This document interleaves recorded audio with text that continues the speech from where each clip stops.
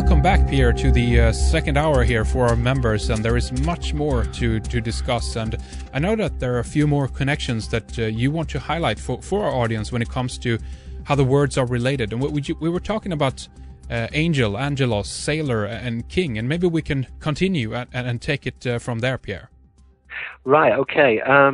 Just to go back on what we were talking about earlier, if we look at the vocabulary, we see that there's a relationship between safina, which is the Arabic word for a ship, boat, or vessel, and safina, which is Arabic for a blank book.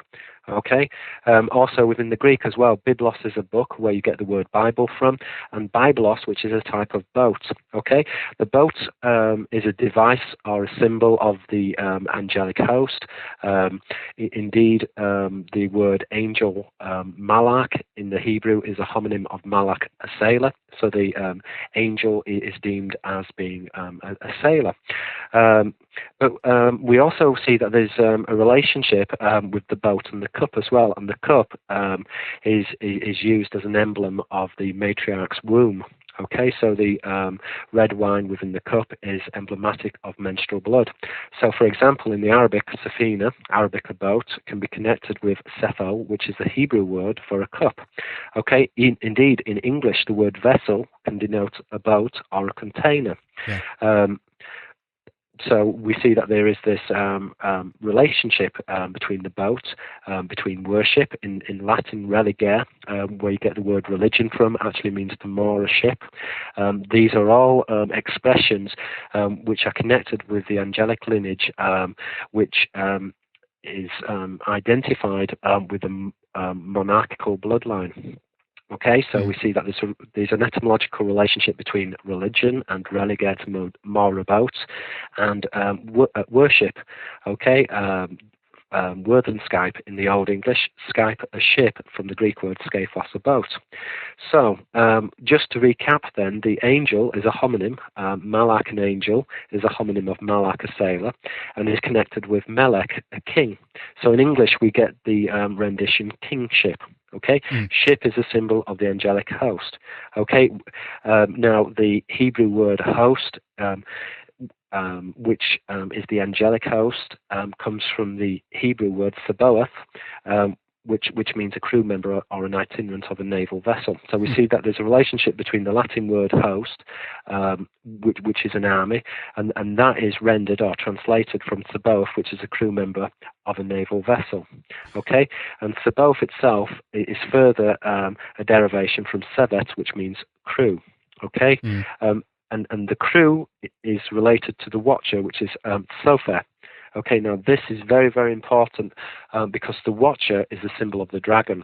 In the Greek, the word drakon comes from the word drakos, which is the noun for an eye. Okay, so the eye, which you find on the dollar bill, is a symbol of the dragon or the angelic bloodline. Okay, because the dragon or this is depicted as a sentinel or a watcher. Okay, now when we move on. Also within the Arabic as well, we see. Let me just ask you. Sorry to cut you off there, Pierre, but I just want to ask you a little bit about some of these things here. My connection when I hear some of these things in terms of the sailor and the ship and also you know, it reminds me of maritime law. Basically, in one way, we have this idea that I've heard that some of the occult fraternities refer to themselves as the navigators. In one way because they navigate the sea, obviously, but also the idea that the sea is a reference for the heavens or the star, the sky, space. Yes, very, very true. Yes, the sea is a metaphor of heaven.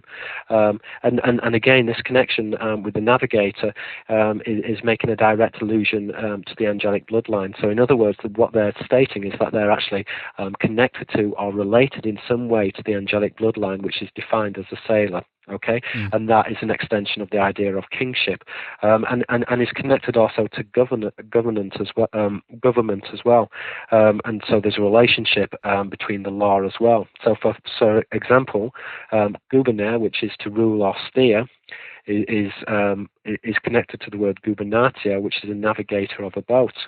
That in itself comes from Kubernetes, to steer about. These are all words describing government. This is the etymological root of the word government. Steering the ship of state, as it were, as they call it. Steering the ship of state. That's right. So the navigator is a cult and is aligned to the kingship. Okay, is also aligned to the noble as well in the Arabic. The Arabic word for a noble, serif, is connected to Safina boats, and again is connected to shaf, which is to sea. This in itself is implicit both of a navigator, in other words, steering or controlling the seats of power, which in this context would be government, but is also, as we stated earlier, is identified with religion, religier, to Marabout. But shaf, it also would imply the dragon. So the serif line, or the noble line, is connected both to a boat and by implication to the dragon as well, to the bloodline of the dragon. The dragon, a personification of the fallen angel or navigator. But again, the wordplay is found within the English as well. So we see that there's a relationship here with the identical pun, serif noble, safina boat, and shaft sea in English would be sir, sea, and sail. So the wordplay is playing out in English as well. Okay, when we go back into the Old Semitic and into the Arabic as well, Baal, a lord, is identified with Bahar, a sailor, coming from the root word bar, sea. Okay, in itself, is closely connected to Bahar, bright or shining. This is important because the word erin, which is a Hebrew word meaning a watcher, also means to shine. Okay, and this is found also within the Greek translation of the word drakon as well, because the word drakon, coming from the word drakos, an eye, is also closely related to the word to flash. Okay, so light metaphors can interconnect with the idea of illumination or brilliance, indeed with intelligence. This in itself links in with levels of initiation, and ultimately is connected with the mysteries. And the mysteries themselves, it talks about, or at the hidden level of the mystery is the idea of transfiguration. And the dragon is seen, or is interpreted as being able to transform from a dragon into a man. This is very much stated also within the Arabian traditions of the jinn as well. Muhammad, when he was talking to the genie, the genie were in the crowd of people. Now the implication was that the genie were taking on a human form. Because, if they were serpents, I'm sure the crowd of people would have had an aversion to them. And Muhammad talks to the genie. So they were obviously taking on a human form. And this in itself is not dissimilar to the Latin idea of the serpentigina as well, that the serpentigina themselves are able to take on a human form. Okay? So yeah. They shed their skin. There's so many of the symbolism of the dragon or the serpent in that sense as well. They have the ability to change their skin or to shed their skin, and that could be a veiled term for shape-shifting, basically, in one way or another. Yeah, and I mean, people have debated this, and the debate is ongoing. Obviously, some scholars talk about shape-shifting. Some people say it's just a metaphor of rebirth or reincarnation. Others would argue that there's a shamanistic interpretation. But if you study the mystery religions, time and time again, the reference is not only, and this is within the scriptural tradition as well with Jesus. Jesus' transfiguration is described not only as a spiritual transfiguration, but also as a physical transfiguration. And this idea of a physical transformation is very much central or intrinsic to the mysteries. So I'm saying to the audience that perhaps the audience should not be dismissive of the idea of shape-shifting or of changing form, or at least that the audience should pause and should have a space for that idea, which although is very abstract and is very complex, is very much central to the inner mysteries. And in a sense, the serpent or the sailor are basically derivations or are connected to the bloodline of the king. Okay, but what do you make of the, because as I'm thinking about the boats and the connection to the dragon or the snake as well, I'm thinking about a lot of the long ships, both from the Viking era, but obviously the Chinese have this going as well, where we can see the boats on the water, transporting people and all that, in many cases look like a dragon. They designed it as a serpent as well, and even some of the designs of the old Viking ships looks similar to the Egyptian old ships as well, actually, if you look at it. Yeah, and like what you were saying also, you see with the Norse designs of the dragons, they're very reminiscent of the Chinese dragons, which you find on the ships. The Japanese have a tradition called Utsuro no Fune, which means hollow boats. It's a homonym. It also means a hollow tree. So these hollow ships were said to have that the nobles were said to have migrated to Japan on these hollow ships. Now, when you actually look at Edo prints of these hollow ships, they're very reminiscent of UFOs. They're circular ships. Right. So. But none of these images are actually found within sort of in Western ufology. They're very obscure. But if you do actually want to look at some of these images, you're going to have to buy my book because I've got some images of these very rare Edo prints. So and they're very interesting. I saw them obviously. I looked at them at the back of the book at the appendix, and they're some of them are really. It reminds me of the whole Vimanas, of the Indians that probably people will be more familiar with, but to see these come up in the Japanese old literature is very, very interesting as well. Yeah, well, the books where these images came from, as far as I know, there's only they were taken from two particular books, and there's only two books in existence, so they are actually very rare. They are very much analogous to the traditions, to the Arabian traditions of the Serif, the noble, and Safina, a boat, or Malak, an angel, and Melek, a king, identified with Malak, a sailor, or kingship in English. Time and time again, the noble or the bloodline of the noble is connected to the ship, and the ship itself is a metaphor of the state or governance or control. Okay, so the laws, religion themselves is identified with the ship, and the ship is another idea or an extension of the idea of the serpent. And this marriage between the serpent and the human is connected to the monarchical bloodline, and it's very much encoded also within the languages themselves as well. So the relationship between the angel and sailor is interplayed in the Roman and Semitic schools. So, for example, the Hebrew word Kazar, which literally means a starman, or a star, or a visitor from a star, is interplayed with the Greek word Kazar, which is the Greek name for Caesar. So Caesar himself is deemed as a starman. Yeah, wow. His lineage is interpreted as being angelic. Okay, he's presented as a sailor. Okay, the same ideas are also found within the Egyptian mystery schools as well. Horus is cognate with the angelic realm.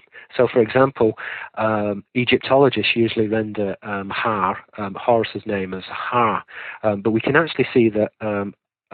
Because of the relationship between the H and K, Horus's name is a derivation from the earlier Sumerian word Ka, which is an angel, king, or an hunter. Okay, and therefore the device of Horus, or the insignia of Horus, is the hunting bird, which is the falcon or the hawk. Okay, so because and this is very much connected to the idea of watching, and to the Theban priesthood, and the Anguagina, or the dragon, or the race of dragons. Okay, the court of the dragon. But in relation to Ka, which is the Sumerian word for angel, king, or hunter, which is used or informs the etymology of Horus, we see the relationship in the Hebrew with the Semitic word Kari, which is a soldier. Again, the soldier is another term used to express the host or the sailor. Indeed, even within the English, we're seeing permutations on the word royal and warrior, or king and killing. These, although they're not as close phonetically to the Semitic languages, the words are still very reminiscent, and this is very important when we're actually looking at words and the phonetic sounds and connections between words. So the Hebrew word for a seaman, or in other words, which is another idea of the sailor or angel, is Sapan. And Sapan is connected in the Latin to serpens, the serpent. So the sailors are serpents or dragons. Okay, and they very much interconnect or interface with the government. The government can be symbolized as a ship or a boat. As we said earlier, the ship or the boat is interconnected with scriptural knowledge as well, and levels of initiation. Okay, so these are all extensions of the serpent. the serpent is set up the realm of governance and the line of kings. Okay, and this is a very, very important idea. So when we go into the Hebrew word of government, the Hebrew word for government is shilton, and shilton is connected etymologically to shaitan, to oppose. Shaitan is the Hebrew word for Satan. Yeah. Okay, so Satan is deemed as the opposer or the adversary, and his bloodline is connected to Sultan, which is the royal or the noble bloodline. Hence, we see with governments, within the symbolism of governments, that governments are adversarial or oppositional, because what it encodes is the Shaitani bloodline. Shaitan is to oppose. And this tension between heaven and earth, or the upper and lower house, is the tension between the mammal, which is man, and the angel, represented as the serpent, or Sapan, a seaman, an angel, and serpents, a serpent. Okay, so the governments, to emphasize our institutions of governments, which are adversarial and oppositional, are coming back to the Hebrew word shilton, which is government, and shaitan, to oppose.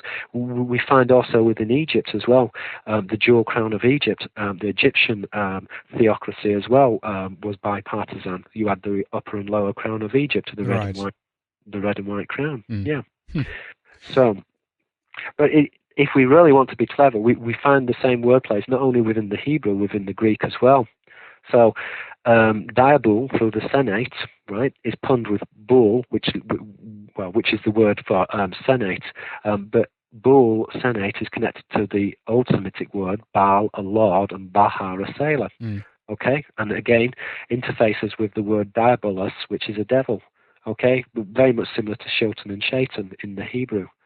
Okay, so the governments are both within the Greek and within the Hebrew traditions are adversarial and are oppositional in their structures and in their appearance. And this idea of opposition encodes the Shaitani bloodline, which is contrasted, which is deemed as being special, and is very much parallel to the bloodline of the king, or the bloodline of the monarch, monarchos, meaning one ruler. Right. So, I'm reminded also, as you talk about some of this, about a Swedish fraternal order. Well, it's more than that, obviously, because it's not only brothers, but it's called the Order of the Seraphim. Which is pretty interesting. You know, you would know about this. That's right. I mean, the Order of the Seraphim, it can be like a category of angels as well, obviously, but the order was the highest rank of angel. That's right. It was created back in 1748, this order, and there's only members of the royal family and other foreign heads of state that can be assigned to this order. But basically, as you know, the term used in Greek is draconis, meaning serpent, and just if we look at some of the class of the angels that are included in the seraphim, we find names such as Metatron, Uriel, Gabriel, Lucifer, Satan, Abaddon, Asmodeus, Astaroth, Leviathan, Samael, and Semyazi. And it's just pretty interesting that they are kind of bold with that and creates an order called the Order of the Seraphim. I haven't heard that in any other country, but no, I haven't. But the Order of the Seraphim is an extension of the Theban priesthood. The Latin word anguigena, meaning a Theban, also literally means the progeny or the offspring of the dragon. Or the serpent. Anguigena literally means serpent. Right. So I would say to you that this fraternity is actually interfacing or is connected to the Theban priesthood. Now, the Theban priesthood is central to the initiation of the Greek and the Roman kings. Augustus himself was initiated into the Theban priesthood. This is what I argue with in my book anyway, because the etymology of Augustus's name suggests that he was initiated into the Theban priesthood. So I would argue that perhaps the is this a Swedish fraternity? Well, again, it's not really fraternity in that sense because it's just assigned to the members of the royal family, so it's very very limited in terms of who can join there. But it's just they are awarded, they're awarded into the Order of the Seraphim, but it has a lot of interesting history up here, and a lot of foreign states or heads of foreign states have gotten this medal as well. So anyway, I think that's very interesting. So, but this relationship, and it doesn't matter where you are within the world, you see that there's a relationship with the king and the serpent, and this is a theme or a motive which continues throughout. And the king's bloodline is deemed as being distinct or very different from the human bloodline. Yeah. And the king's bloodline is human angelic. If you like, the king is a mediator between heaven and earth. Now, is that how that began, do you think? Because I've asked other people their point on this, because I'm always interested in how can you end up all of a sudden with one guy on planet Earth saying that I'm divinely have the right to rule over you because I'm more important than you. I am of bloodline and you're not. And here we go. And I mean, how does that begin?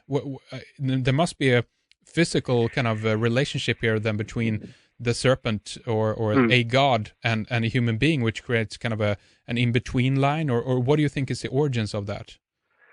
Well, the origins of this go back a long way, and they were already firmly established within the Middle East 5,000 years ago with the inception of the Sumerians, and probably much earlier. But it's very much encoded within the language. But we are born into these structures, and we are programmed through language. So many people therefore don't actually question. If something has always been, then you don't actually question it. It's just what people are actually used to. Yeah. And to break out of this conditioning and to understand words is actually the means of understanding the manipulation and being able to extricate ourselves from this position as well. But the connection between the serpent and the human being is very much encoded within government as well. We mentioned earlier that the government was connected to the angelic sailor or the navigator, but we also see it within the upper and lower house. So you have the upper house, which encodes heaven, and you've got the lower house, which is the commons. Now, the commons obviously refers to a person who is deemed as being normal. This is human, if you like. They're common. Okay, in the Latin, they refer to as the plebeians, okay, literally vulgar. The plebes or what? Plebes and plebeians and plebus and plebus and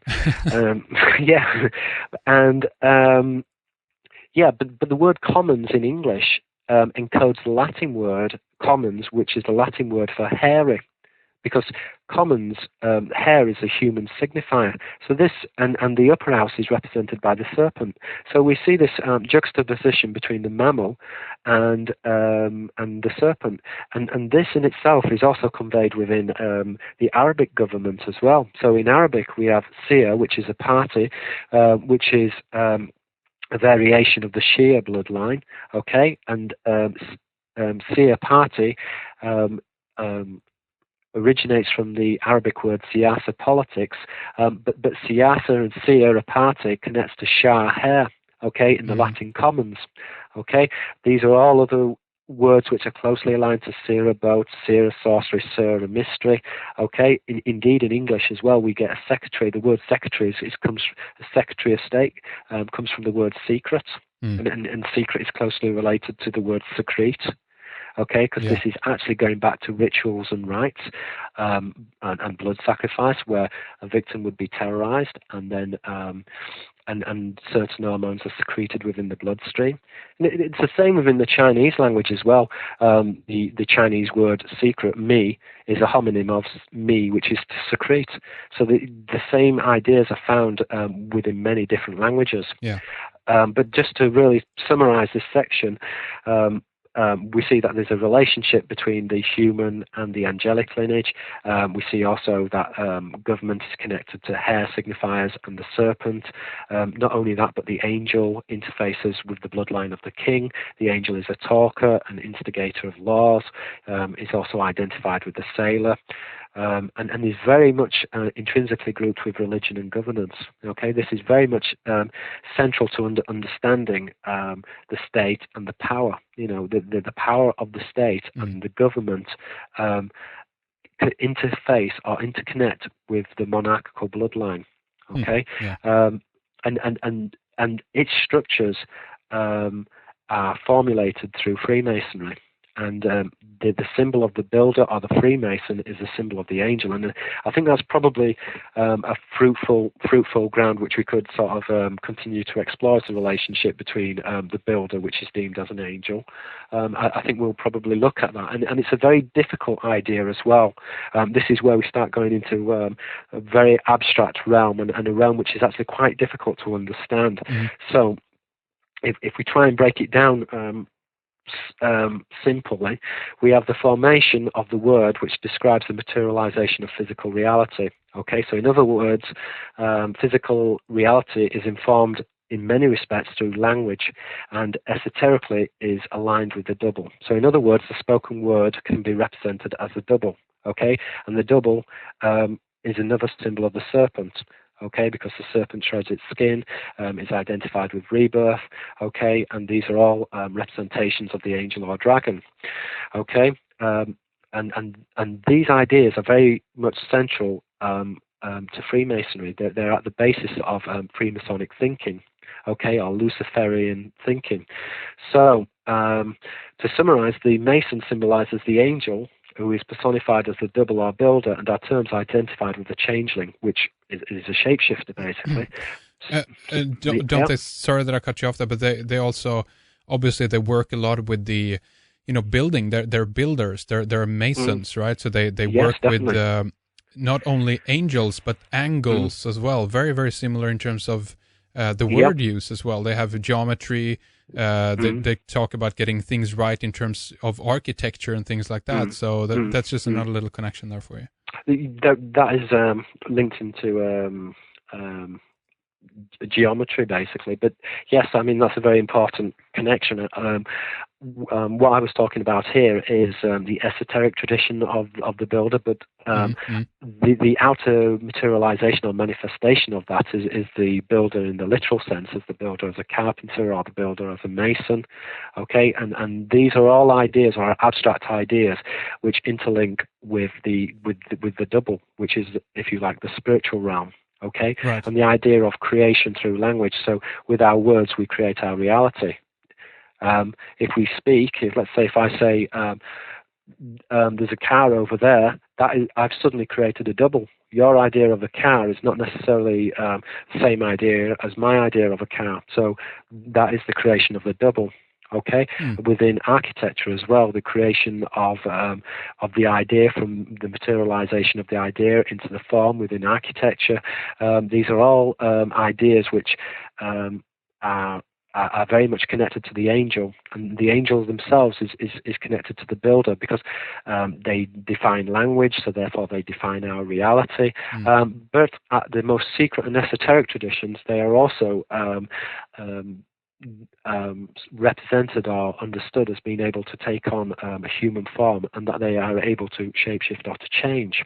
Okay, so earlier on I talked about that malak is a homonym for a sailor. Okay, but the word malak, according to rabbinical scholars, comes from the word hamar, to speak or to command. Okay, but hamar is a homonym. It also means to build. So the idea of speaking or commanding is connected to building. Okay, so the word itself is able to take on almost or materialize a physical reality. This is the idea of the occult idea of magic, in which the invocation of the word as power. Within the Greek Gnostic traditions, you've got the logos, which is, in the beginning was the word, and the word was God. Yeah. So through the word, all forms are materialized. Okay, this is the physical form, and this is also angelic forms as well. So we have the homonym, hamar, to speak or to command, and hamar, to build, connected in the Arabic also to amal, to do, and this is identified with the royal lineage Amir, a prince. So Amir, a prince, his etymology goes back to hamar, to speak or to command, which is the original etymology of malak, an angel. Okay, so the prince himself, his line, is deemed as angelic. Okay, right. The angel is linked with a double, and the king is presented as a builder or a mason. Esoterically, the mason denotes a changeling and a being, and is connected to the reaper. This is an idea which we'll explore a little bit later on. So the idea of building or rebirth can be represented with the insignia of the serpent, and the serpent is also the physical personification of the dragon, of the lineage of the dragon.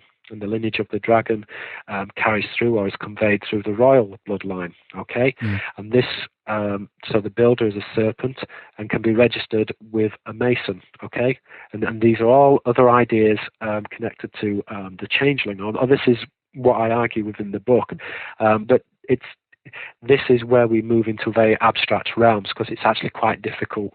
These are quite difficult concepts to actually convey. Right. But for example, paneer, the Latin word for a builder, connects to the Greek word phane, which is a phantom. Okay, so the builder is identified with a phantom. In the Old Semitic phenu, which means a snake, in English a form. So the materialization of the form can be registered or represented at an esoteric or a symbolic level with the builder, okay, or the double, or the word. So see how the symbols are layered or nuanced. You've got the word, which interconnects with the form, with the serpent, with the builder, or the mason. Yeah, Symbols. And all of these that you've been mentioning here now are from the classical languages, and you can find the roots, the etymological roots in these classical languages, right? Correct. Yeah. Yes.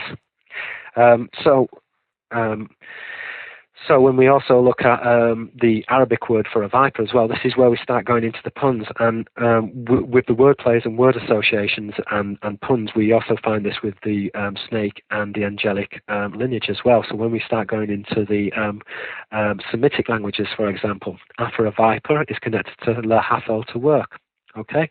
Or Malaka work is connected to Malak, an angel. Work in this respect would be esoteric, because this is also referring to the builder, or a mason, or the angelic lineage. Saba, a painter, is connected to Sabaoth, the host. Okay, these are all esoteric words connected to masonry. So, for example, when I use the word a mason, there are literally dozens of words which you can interconnect with the word mason. You know, you have a builder, you have a craftsman, you have a painter. These are terms or symbols which can actually be used to convey the idea. And the idea is connected to the double or the word, which at one level represents the idea of an angel, or the transfiguration or the materialization of a serpent. And it is invoked through the word, and the word is the double. So in Greek, phoning, to talk, a bit like now what we're doing, isn't it? A phoning, which is to talk, but there you are. Right. Phoning, yeah, that's a little pun there. Phoning is a Greek word to talk. Phoning is connected to phane, a phantom, phenu, a serpent. Okay. Now, the builder also is aligned to the sacrifice of the firstborn, and to the rites of Passover, and also to the substitute as well. In Christian thinking, theologically, the blood of the lamb is spread, was purchased or redeemed, and this very much connects to the substitute. In other words, that the death of Jesus was substituted for the sins of mankind. But the substitute esoterically also refers to the idea of a child being substituted with a lamb or a goat, or sometimes the lamb is substituted with the child. You have the inverse symbolism as well. So anyway, we find the idea between the relationship between the substitute and the changeling as well. But anyway, moving back, subditus, which is a changeling, is connected to ditos, a double, and desir, the verb to say, dictum, a word. Okay, in one respect, it's the invocation of an angel. In another respect, the angels are deemed as talkers. They're aligned to scriptural knowledge, which is the double, which is identified with deception and levels of initiation. Okay, this bloodline in itself is conveyed through the bloodline of the king, which is Hakim, a king, Haka, to talk, and Akan, a snake. And as we said earlier, the angel himself is also, his root or word, malak, an angel, which also means a sailor, is coming from the root amar, which is to speak or to command. Okay? And to speak or to command is a homonym in the Semitic of amar, to build, or amal, to do. So, to emphasize, an angel is a talker and is a concept theoretical to the builder or changeling, an idea concurrent with the double, okay? And the double, or the materialization of the double, is aligned to sacrificial appropriations, in other words, sacrifice, okay? This very much is linked originally with the concept of the reptile and reaper. I'll just let you say a couple of words here, and then maybe. Yeah. I want to because I'm also curious on how you went about finding some of these connections between the words. Did you use an etymological dictionary, or did you go out there and try to find, like, okay, well, now I need to look in Aramaic or Greek in order to find the root of this word, or how did you go about this? It's interesting. Well, to be honest, I used about 20 different dictionaries. Yeah. And if you get a good Oxford dictionary, that will often give you let's say the Latin root or the Greek root, and then from the Greek root you can then further trace it back to the Semitic roots if you've got a Hebrew or an Arabic dictionary. So I use lots of dictionaries. Once I actually figured out that many of these puns are transferred into different languages, then it becomes actually much easier, because you think to yourself, well, sun and sin, maybe that's similar in the Semitic, or is that similar in Arabic or Greek? And you start looking at these words, and then suddenly you find, actually, well, it is similar. So a lot of cross-reference from one language to another, a lot of different dictionaries. To another. And sometimes one word in one language will unlock a key which will give you more words in other languages. That's right. And give you further keys or further clues to understand and to unravel the code, because this is a big code. Do you ever feel, and this is not portrayed to be negative towards you, but do you ever feel, oh God, am I just reading this into it, or is this really encoded into the words? Is it really this, potent, or does everything carries this much meaning, if I put it that way? I think, that is a fair comment, and I think the difficulty is in terms of how to interpret this information, and it's a massive information, and how do you make sense of this information? Exactly, and I think you just have to be very careful with your research, and you have to try and look at historical sources and look at the mystery schools and read about the various different mystery schools. But in many respects, I kind of came to this back to front, because when I started looking at words, rather than, a lot of researchers will talk about whether it's Rosicrucianism or Freemasonry, they will talk about those mystery schools, but they don't necessarily study the words. And in this respect, I've studied the words and then looked at the mystery schools, the relationship, and that's interesting, because it gives you a crux to actually understand what some of these symbols actually mean, or the dual meanings of the symbols, because the symbol itself can often have a dual signifier. In Greek, for example, as I mentioned earlier, that drakon comes from the word to watch, but the Greek word for an eye or a pupil is kor, which is a homonym for a virgin.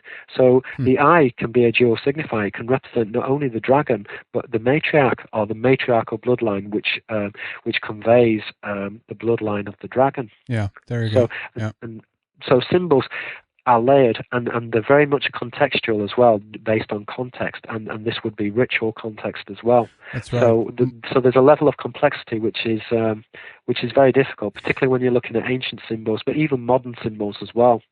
Well, it's brilliant as well, in the sense that it's how it's encoded, and the multi-contextual layering that is going on in terms of words is just amazing, and it is it is a spell in many ways, in that sense, no matter how we look at it, even if we don't necessarily understand the words ourselves, because again, if they are indeed programming us in one way or another, then I think that we, at least subconsciously, will have an idea about the words and what they do mean, and the energy, if you will, that they carry. So we use the words all the time and speak with them in these things, but we don't really fully comprehend or understand the roots of the words that we're using, So it's really interesting. Well, Malcolm X, when he was first initiated into the Nation of Islam, the first thing he was told, what he had to do, was to read the dictionary and to read the etymological roots of all the words in the dictionary. Really? And he was, this is what I read in his autobiography. So there you go. Malcolm X was being initiated. He had to understand the symbols, and to understand the symbols, you have to go into language. Because how else would I able to work out that the angel was a sailor? and that the sailor is another idea of government and religion, and these word associations which are identified with kingship, just by looking at words. I mean, what level do you think that our world leaders, and especially the politicians, in many cases they don't write the speeches themselves. They have teams of script writers assigned to them to write this stuff. But when Bush, for instance, goes up there and asks, do the angel in the world wind still direct this storm, whatever. There's always these interesting, word plays that they seem to use. Obama uses in his latest speech as well, and many other politicians do as well. Do you think that all of that is consciously inserted into that, or do you think that there's something else going on in terms of the fact that they are up there on stage, they're speaking to millions, so in one way, subtly or not, an energy is being channeled through them? How do you think that works? Well, I think there's a subtext. They're speaking to a very select audience. So at one level, you have the outer meaning, but you also have an inner meaning, and there's a subtext to the speech. And there's something else which is operating underneath the surface of the speech. It's the same when you look at many of the Roman and classical and Greek sources. Let's say if they're talking about angels or wild animals or anything on any subject, sometimes you read it and it doesn't make sense. And the reason it doesn't make sense is because it's not supposed to be interpreted literally. That's right. It's written for a select audience. Yeah. And this is very much important to consider when we're looking at language. But you're right, the political leaders do use esoteric language, and they use it all the time. J.E. Hoover, for example, is upon on Jehovah. So these words and these names are esoteric. There you go. There's some articles just related to many other things that we talked about. There's briefly wanted to mention as well for people who might want to look into this some more in the sense that how the snake is considered to be part of human past in one way. I remember an article that we had up on the website detailing how the world's oldest ritual were discovered, and that was basically the worship of the python. And this goes back about 70,000 years ago in something called the Python Cave down in I think it was in South Africa.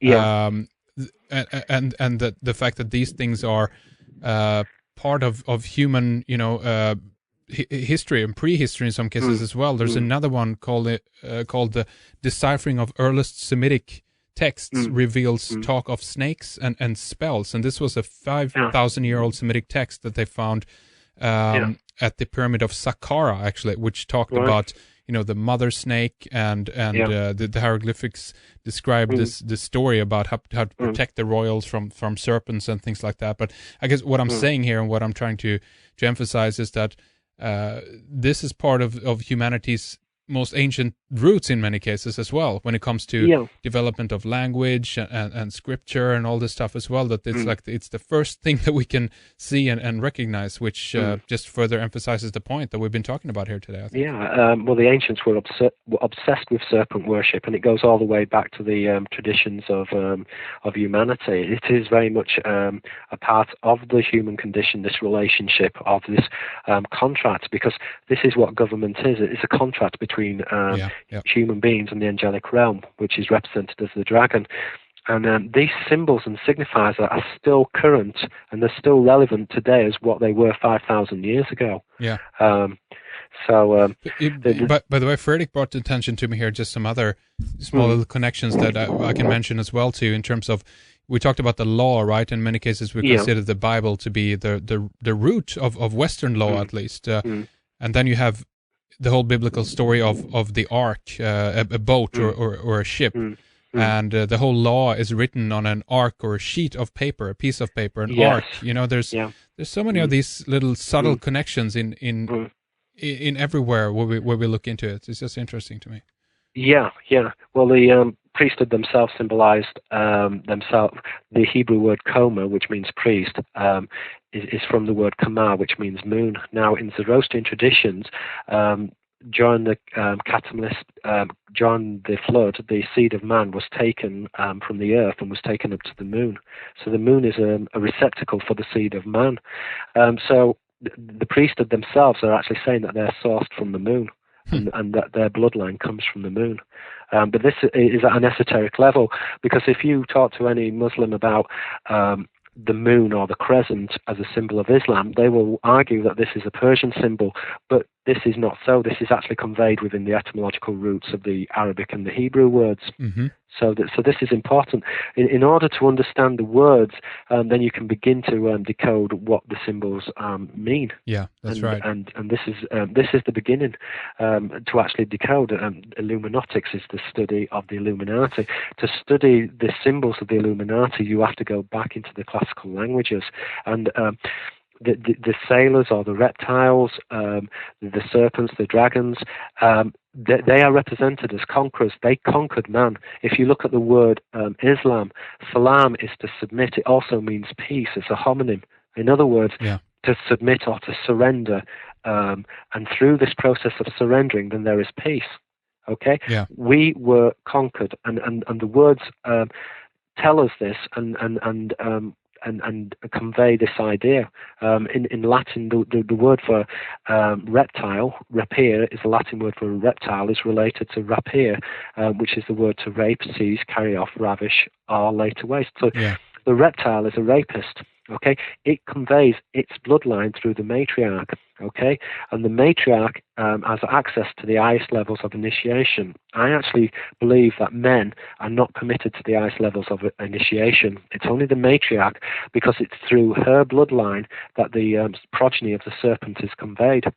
So therefore, the man was deemed as somewhat of a liability. So on the surface of the mystery schools, you have the priest, which is a man, which is patriarchal. Yeah. But underneath this, the subtext, it's the matriarch. And within the Bible as well, overtly, the bloodlines are traced through the male line within the Bible, but then it's the matriarch who actually conveys the bloodline of the Jewish nation. So there's a contradiction, because you have this inner and outer meaning which is operating all the time. And this is important. But this goes back to the idea, very much so, that man was conquered, okay? Yeah. And that there is a contract between the angelic realm, which is set up through the monarchical line and through government as well. Yeah. So when we look at the word rapere or reptile and rapere to rape, we find similar ideas also within the Arabic as well. Masik is a monster. Okay, and it's connected to misik, which is to catch, hold, grasp, or seize. As we said before, the etymology of rapere to rape or to seize is related to a reptile. Okay, and indeed, masik, a monster, is also connected to mishkan, a sanctuary, because the materialization of a dragon is connected to the shrine or to the sanctuary. Okay, and the serpents in the Apocrypha traditions as well are termed as the awim. Now, that word is translated often as serpents or the devastators, but again, it's the same idea of the reptile or the rapist, the pillager, the ravager. These are all words which are identified with the snake. And the awim themselves are punned with the Elohim, which is the plural word for the gods. Okay, coming from the word El, meaning God, or the ancient word for light. As we said before, light is used to represent the dragon, because the dragon's etymology comes from the word to flash, also comes from the word to watch. Watching is connected to the sailor or to the navigator. So, yeah, these symbols keep on repeating. They certainly do, and there's so many more, in terms of examples that we cannot make, and even the medical society, the use of the caduceus. You have Moses and the rod of Asclepius, his staff and things like that as well. Yep. One snake swallowing another one, Ophiuchus. There's just, it goes on and on and on. Ad infinitum. Yep, yeah, it does. But the oribus of the serpent swallowing its tail is a pun on the Latin word, because in Latin, the Latin word for a tail is penis. So the snake swallowing the tail, it's swallowing the penis. The mouth is a symbol of the vagina. So this is the insemination of the serpent. Right, This is the Ra bloodline. And you get the rebirth idea going through there again, then, in one way. Then we've got the idea of rebirth as well, connected to the spirit in the spiritual realm. Yeah. But the serpent within the Semitic traditions is very much a symbol which goes back originally to Thebes. And Thebes is connected to Babylon and had a covert or a secret contract with Babylon. So we see that there's a close relationship between Thebes and Babylon as well. Yeah. But the progeny of the dragon, or the Angogena, which is the Theban in the ancient languages. But yeah, the conqueror, the Sanskrit word jinna, a conqueror, again is related to jinn and genie. And these words are connected to the word gen, which is a serpent.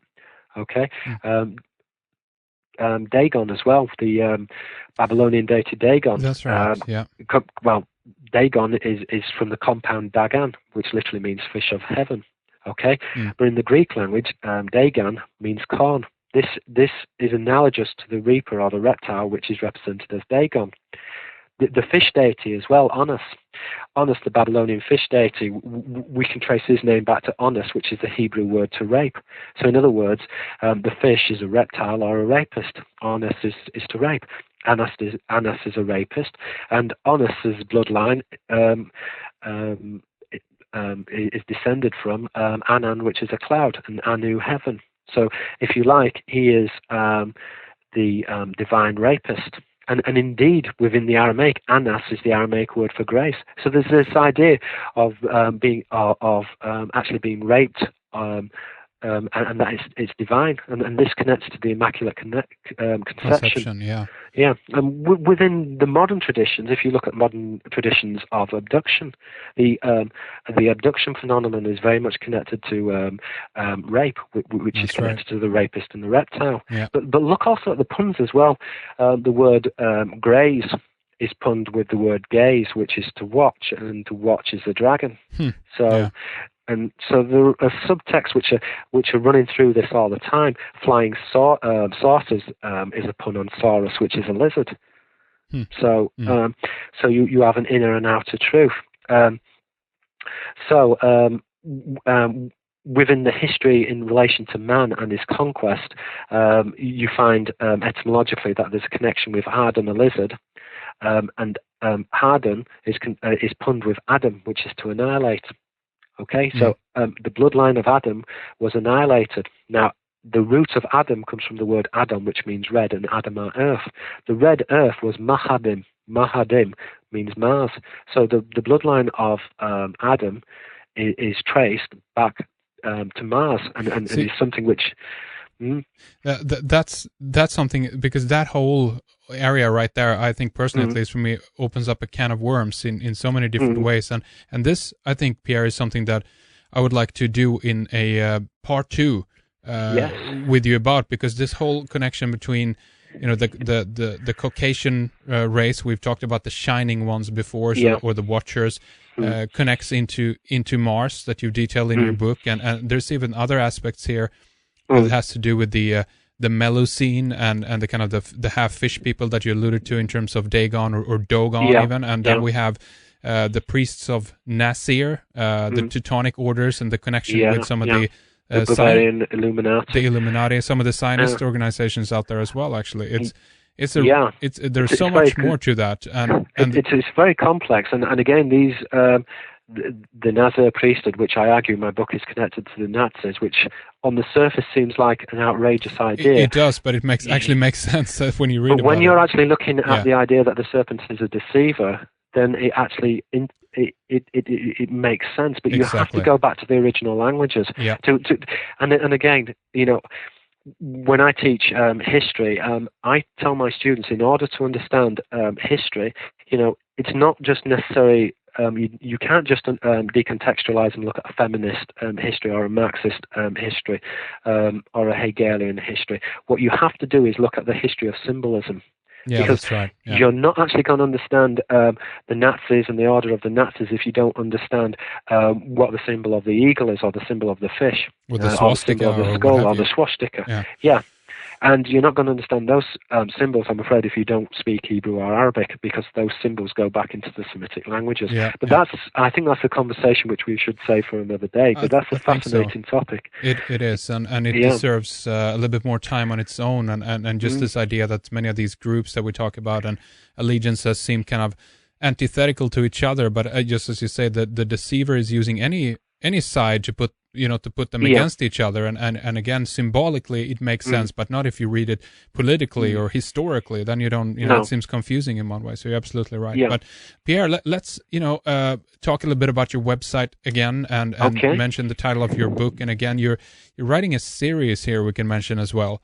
And this is the first one in that series, and it's called Serpent. Say the word again. Serpent. It's a difficult word to say. Serpentagina. Serpentagina. Okay. Yeah. Serpentagina. It means the serpent race. Sometimes it gets translated as formally it gets translated as offspring of the dragon, but the literal meaning of Serpentagina is the serpent race. So and tell us the title of your book and where people can go then to pick up a copy. The title of the book is the Murder of Reality: Hidden Symbolism of the Dragon. And if you want to purchase a copy, please go to my website at www.pierresabak. Sabak is spelled S-A-B-A-K, so that's www.pierresabak.com, and just follow the links, and you'll be able to purchase the book.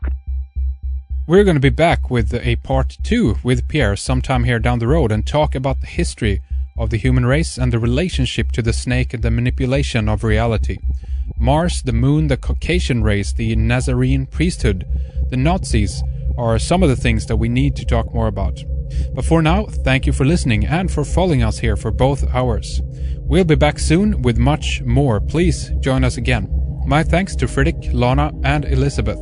Take good care and stay fractal.